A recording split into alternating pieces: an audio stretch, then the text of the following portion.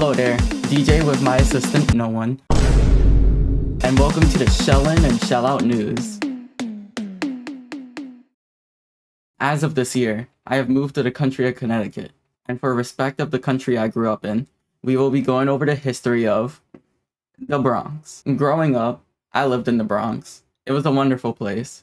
I met a lot of cool people. I loved it. The stories in every corner, friendly people, mostly the icy man after school. But the smell of smoke though, I hated it. But nothing was better than home. Though after Halloween 2024, I had to move. Staying by was hard, so instead we'll be revisiting by going over the history of my home. Anyways, let's get started. From what I got.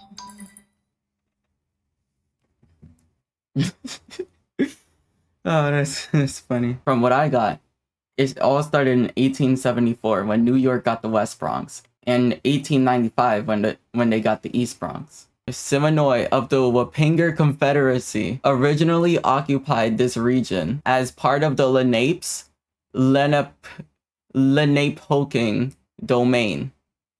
Yo, what type of name is that, honestly? The main thing is that New York gained the Bronx through 1874 to 1895. Then from 1900 to 1929, the population of the Bronx started to increase from 200,000 to 1,300,000. The Great Depression and post-World War II then slowed down the growth, leading to a fall. 1950 to 1985, the Bronx went from a high-income neighborhood to low-income. This fall is also what led to the reputation of the Bronx having high rates of violent crime and poverty in some areas. Eventually, in the late 1980s, and still going now, the Bronx has been experiencing a sort of revival to fix the bad and lose that bad rep. But that's just a quick overview. Let's take a closer look. There was a man named Jonas Bronx. He was a settler in the Dutch colony of New Netherland, and he is who the Bronx River and the Bronx are named after. In 1939, he purchased approximately 600 acres from Native American tribes, naming his homestead Emmaus, whatever that is. His settlement, known as Bronxland, which is the Bronx and River today. He was deeply religious and worked in multiple languages. He also played a role in mediating peace between Dutch settlers and Native American tribes. Bronx then died in 1643, and his widow and son eventually moved away. The land passed through various hands before becoming known as Morrisania in the late 17th century. The name Bronxland persisted, and by 1697, it had evolved into the Bronx. Me personally, I don't know how that all happened in the 1600s and then New York got the Bronx. So that's the names, history, and what now? Come on, Google, give me something. During the American Revolution, the Bronx saw military activity.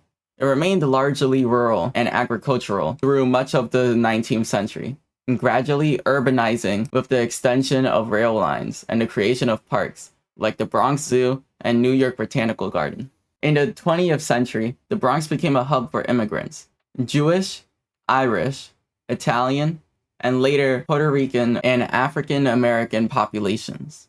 By mid-century, it was a hustling and bustling urban center.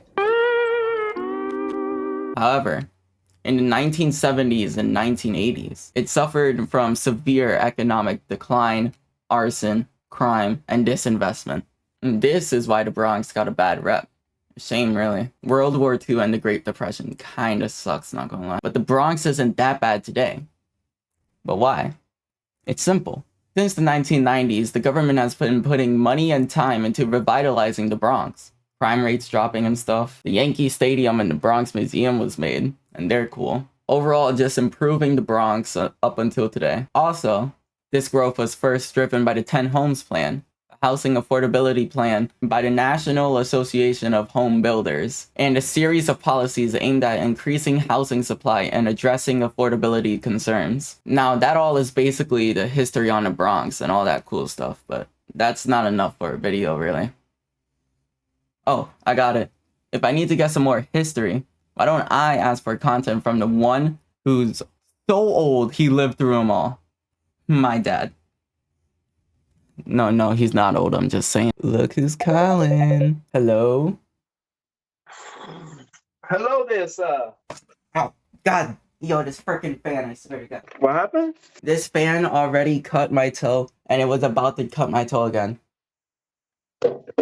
You need to buy like glow in the dark tape or something to put around it. So this section is basically like all you're gonna do is like you're gonna just say like important moments that you believe like were are important enough to like tell people like in history that like you lived through. Okay. One thing, major thing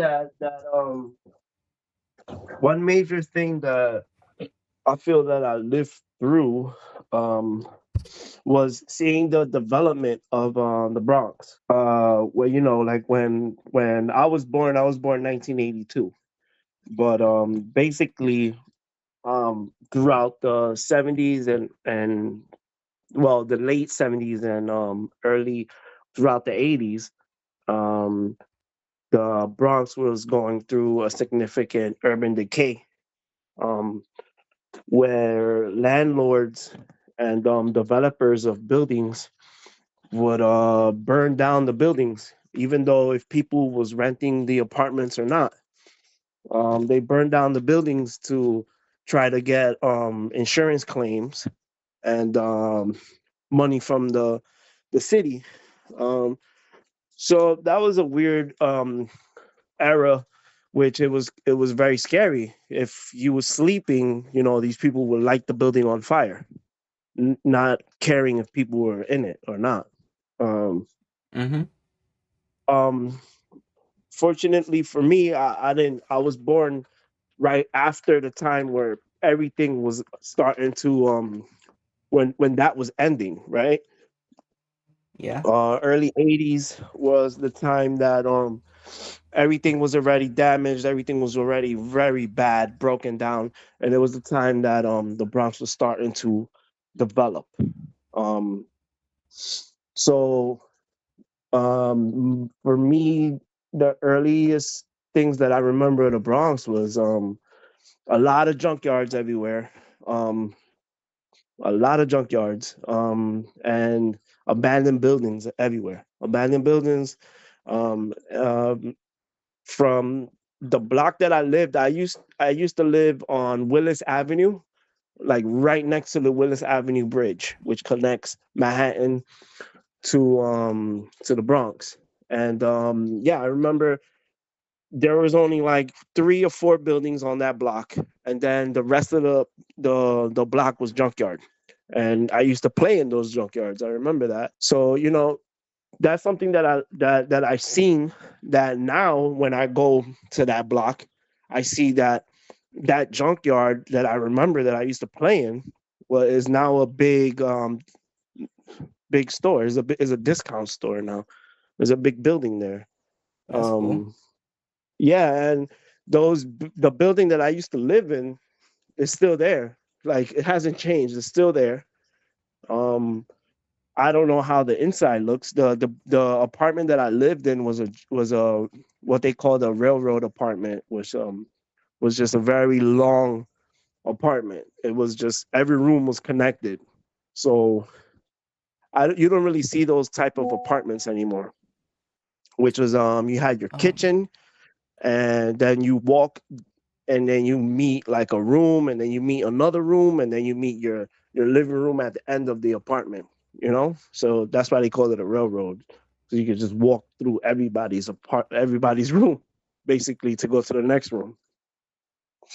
Mm-hmm. Yeah, and then another thing that I feel like that I saw a big change was when drugs and crack came in early 80s, basically the whole 80s.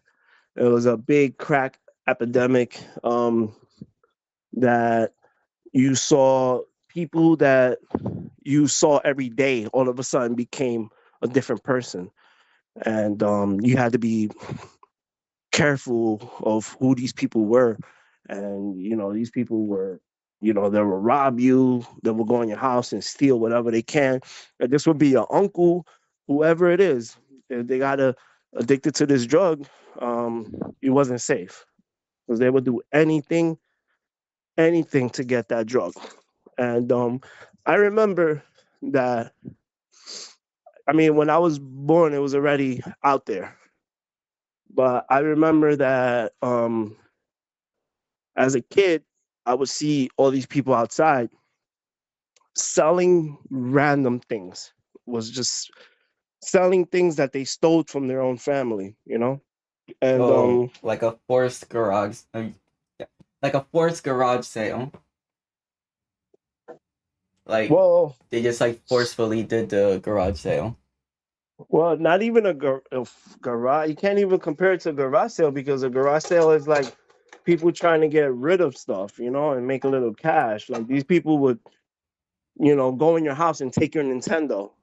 Your Uh, brand new Nintendo. They'll take it, uh, or sell whatever sneakers that you just bought, and they'll take that and sell it. Like they'll just and people getting robbed everywhere, and it was just like very like helpless and like vulnerable. Like it's just like you can't do nothing. Like you like anything you had that would try to take it to sell it, so they can get crack. And yeah, I remember that, and I remember as a kid, which I feel like I've told you before. As a kid, going to the park to play, and there would be crack bottles all over the floor. And when I'm a kid, I didn't know what that was. I just saw little bottles on the floor, little color caps everywhere. And as a kid, I remember that just bottles everywhere on the floor, and that's what it was. That was their environment. Um, Unfortunately, I haven't seen any change. I've The only change is that now is a different drug, but that uh, whole area that I grew up in, which now they want to kind of make it sound cute, and they call it the hub now, which is all the South Bronx. That whole area is still going through a lot of big drug problem, which I think now they're going through a heroin problem, I believe. But yeah, I mean, just different drug, but still the same kind of environment, which is but I don't know. I think the crack era was a little more extreme um than now. But yeah, I mean that's the two things that I feel like that I grew up in, and I see that, and I seen like changes of areas. Was that mostly the burning of buildings, and then now like how there's development, especially by the South Bronx. Um, I don't know what they call that area now, but the area where Willis Avenue Bridges was, that area was like you better not even walk through there. Back in the day, but it was now that it's bad. like they made, yeah, it was bad. They made there was things that I've heard that like mothers would take their kids to school and not go back home because women coming back home in the middle of the day or morning or whatever when people weren't around would get on the elevator going home, or so it was bad. But Okay, that's really bad. yeah. um Yeah, I'm gonna so I'm gonna now have to censor that. but now in that area where the Willis Avenue Bridge is now, they have luxury buildings, and they have bars, they have restaurants now, and that whole area, um which I believe that I took you when I drove down there with you, that I showed you like, hey, this is where your mom used to live. And you remember that whole area is now like I kind of very, remember. yeah, that whole area is very developed, and I believe it's because it's is next to Manhattan. It's like once you get into the Bronx, that's Willis Avenue Bridge from Manhattan. Um, that's where the closest area to Manhattan. So they're developing that whole area, and It's beautiful. It looks nice. Unfortunately, nobody that lives out here could afford those buildings because it's extremely expensive. Um, but you know, that's a whole other subject. But yeah, I I do when I walk around that area, I'm I do get a kind of like wow, like I remember when it used to be like you like after 6 o'clock you couldn't be outside, and now it's more luxury buildings and restaurants, and there's a charter school there. I saw there's no junkyards the way it used to be, abandoned buildings. There's a lot of new buildings, and and that's something that I did see that changed a lot in that area. And I think that's it. That was a lot. Oh wow, But okay. I didn't think that was a lot. but I yeah, only took about I two think that things. was at least as long as the recording I did for my part. Yeah. But thank you for telling me though, because like the like growth of the Bronx and like the like decline and then the growth is like something I did talk about, but it's like I couldn't really say much about it because there was not really Mhm. like a lot of sources that like really like said what exactly was changed. So like Yeah.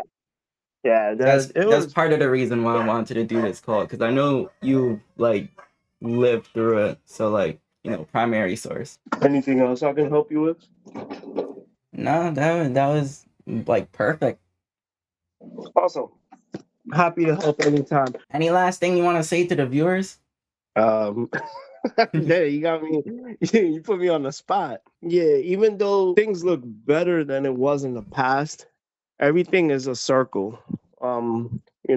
Like I said earlier, like is people fall into the same categories of people being addicted to drugs, and